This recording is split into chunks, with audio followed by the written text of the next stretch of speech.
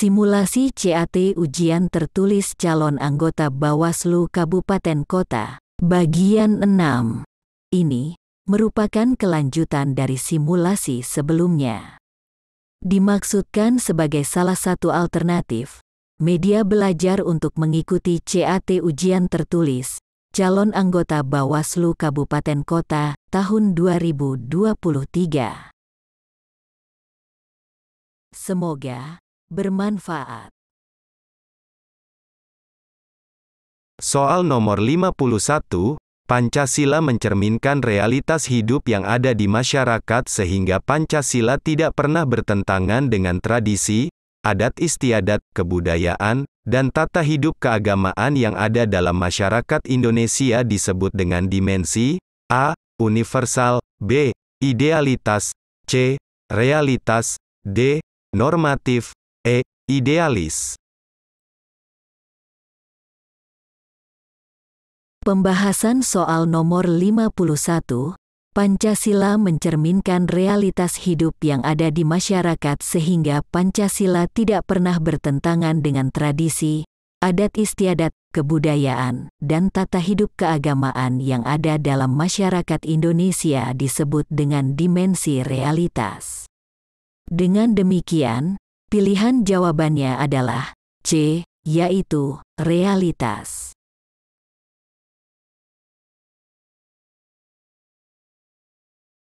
Soal nomor 52, negara merupakan kumpulan masyarakat, dan setiap masyarakat dibentuk dengan tujuan demi kebaikan, karena manusia senantiasa bertindak untuk mencapai sesuatu yang mereka anggap baik. Pendapat ini dikemukakan oleh A. Socrates, B. Plato, C. Aristoteles, D. Heraclitus, E. Pythagoras.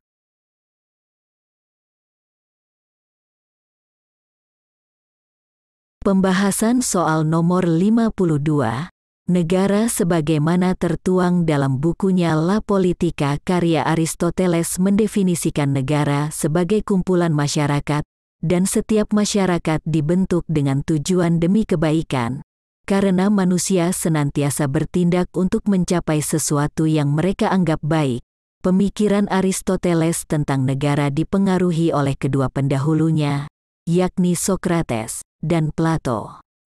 Aristoteles setuju dengan pemikiran mereka yang menyatakan bahwa negara adalah kodrat alamiah. Pernyataan ini juga sekaligus mengeritik pemikiran kaum sofis yang beranggapan bahwa negara terbentuk karena adat kebiasaan. Dengan demikian, pilihan jawabannya adalah C, yaitu Aristoteles.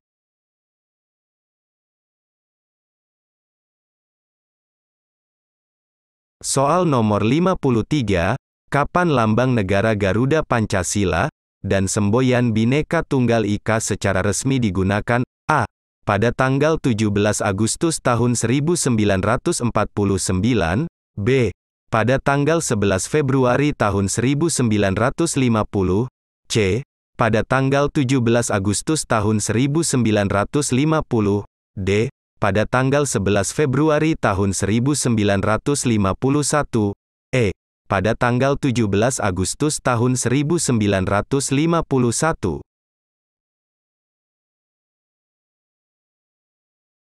Pembahasan soal nomor 53, lambang negara Garuda Pancasila, dan semboyan Bhinneka Tunggal Ika, secara resmi digunakan pada tanggal 11 Februari tahun 1950 dalam sidang Kabinet Republik Indonesia Serikat.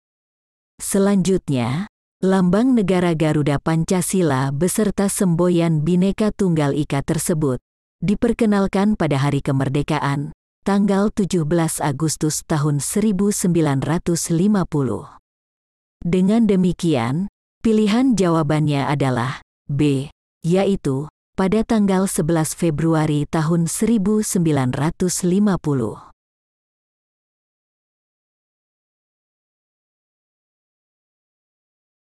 Soal nomor 54, Konferensi Meja Bundar atau KMB, dilaksanakan di Gedung Parlemen di Den Haag, Belanda, pada tanggal 23 Agustus tahun 1949 sampai 2 November tahun 1949, mempunyai dampak positif.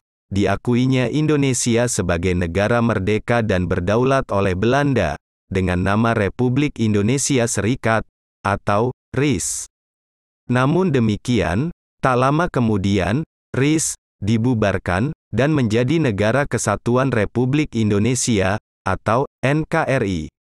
Kapan, secara resmi diumumkan pembubaran RIS dan pembentukan NKRI? A. Pada tanggal 17 Agustus tahun 1950, B. Pada tanggal 17 Agustus tahun 1951, C. Pada tanggal 17 Agustus tahun 1952, D. Pada tanggal 17 Agustus tahun 1953, E. Pada tanggal 17 Agustus tahun 1954.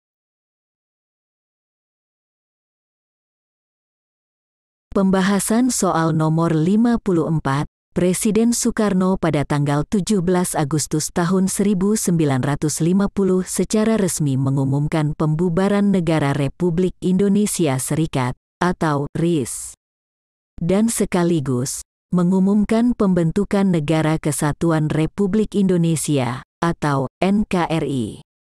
Dengan demikian, pilihan jawabannya adalah A, yaitu pada tanggal 17 Agustus tahun 1950.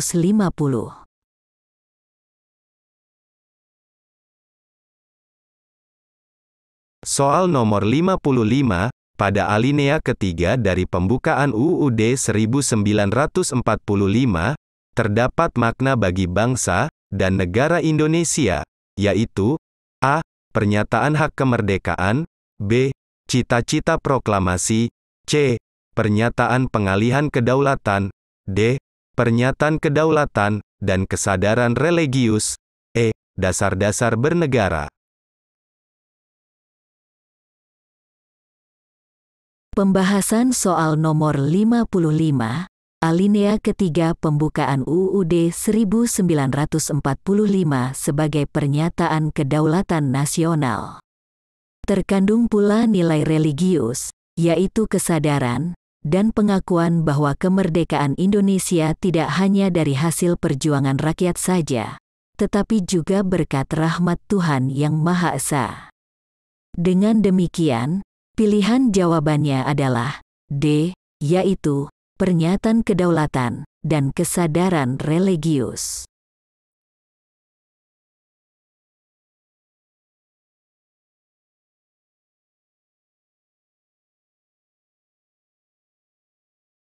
Soal nomor 56, partai politik dapat menjadi peserta pemilu setelah memenuhi persyaratan.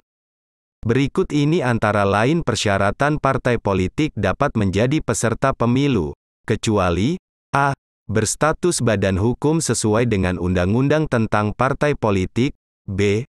Memiliki kepengurusan di seluruh provinsi, C. Memiliki kepengurusan di 75% jumlah kabupaten kota di provinsi yang bersangkutan, D. Memiliki kepengurusan di 50% jumlah kecamatan di kabupaten kota yang bersangkutan, E. Menyertakan paling sedikit 30% keterwakilan perempuan pada setiap kepengurusan partai politik tingkat kabupaten kota.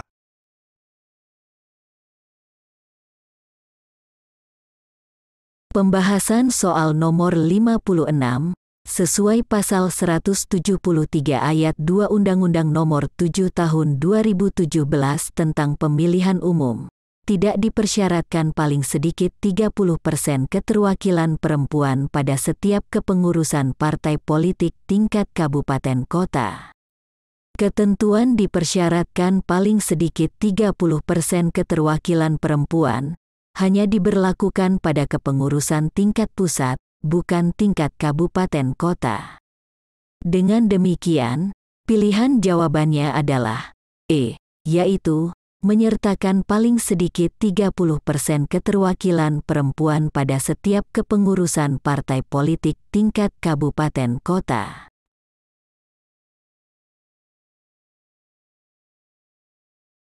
Soal nomor 57, berikut ini adalah susunan peringkat perolehan suara partai politik peserta pemilu tahun 1955. A. PNI, Partai Masyumi, Partai NU, PKI, PSII. B. Partai Masyumi, Partai NU, PKI, PSII, PNI. C.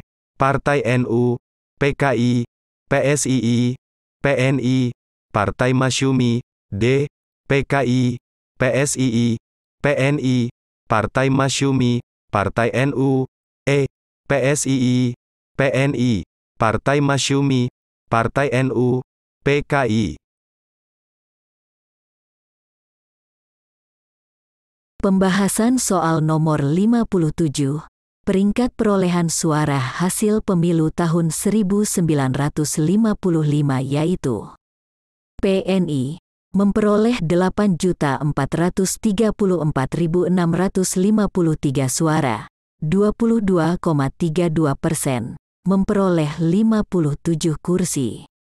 Partai Masyumi memperoleh 7.903.886 suara, 20,92%, memperoleh 57 kursi. Partai NU memperoleh 6.955.141 suara, 18,41%, memperoleh 45 kursi. PKI memperoleh 6.179.914 suara, 16,36%, memperoleh 39 kursi. Dan PSII memperoleh 1.091.160 suara, 2,89%, memperoleh 8 kursi. Dengan demikian, pilihan jawabannya adalah A, yaitu PNI, Partai Masyumi, Partai NU, PKI, PSII.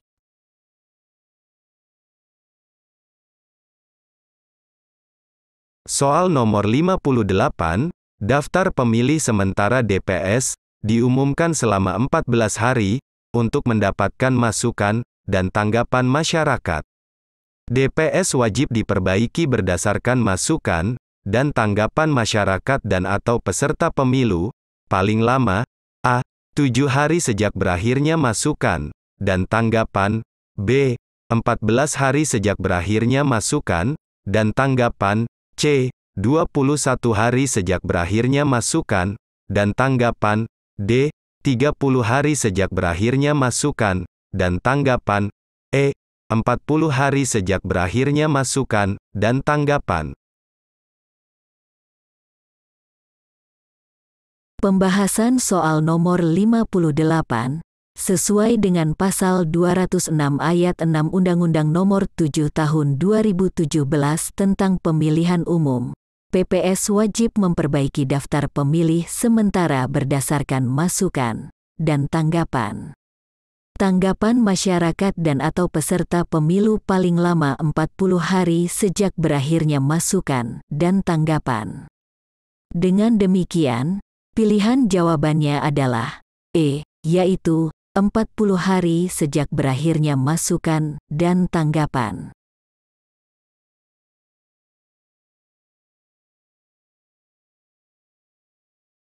Soal nomor 59, dalam melakukan penindakan sengketa proses pemilu, Bawaslu Kabupaten Kota bertugas antara lain sebagai berikut, kecuali A. Menerima permohonan penyelesaian sengketa proses pemilu di wilayah Kabupaten Kota.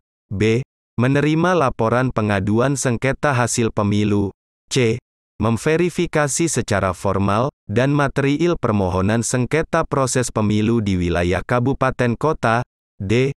Melakukan mediasi antar pihak yang bersengketa di wilayah Kabupaten Kota.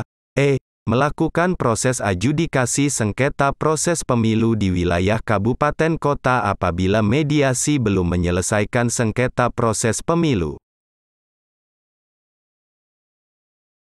Pembahasan soal nomor 59, sesuai dengan pasal 102 ayat 3 Undang-Undang Nomor 7 Tahun 2017 tentang Pemilihan Umum, dalam melakukan penindakan sengketa proses pemilu Bawaslu Kabupaten Kota tidak terdapat tugas untuk menerima laporan terkait dengan sengketa hasil pemilu. Dengan demikian, pilihan jawabannya adalah B, yaitu menerima laporan pengaduan sengketa hasil pemilu.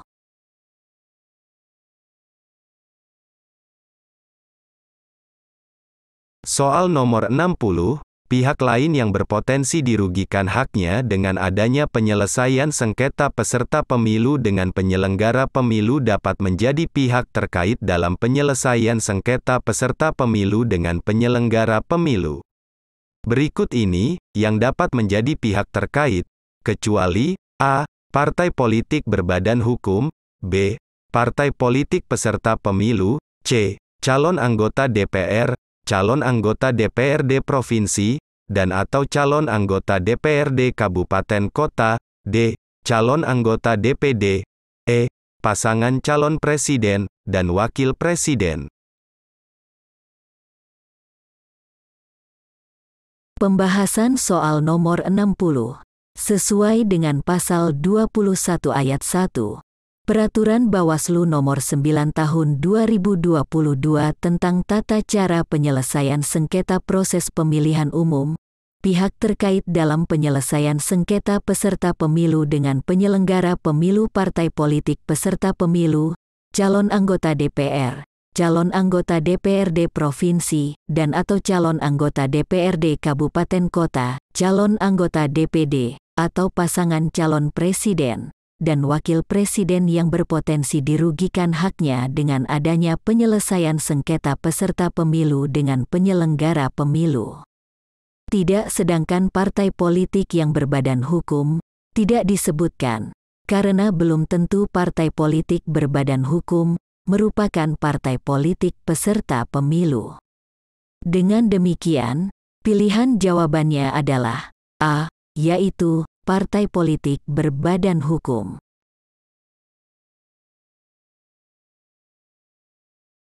Cukup sekian dulu simulasi CAT bagian ini, dilanjutkan simulasi berikutnya pada video selanjutnya. Demikian, sampai jumpa.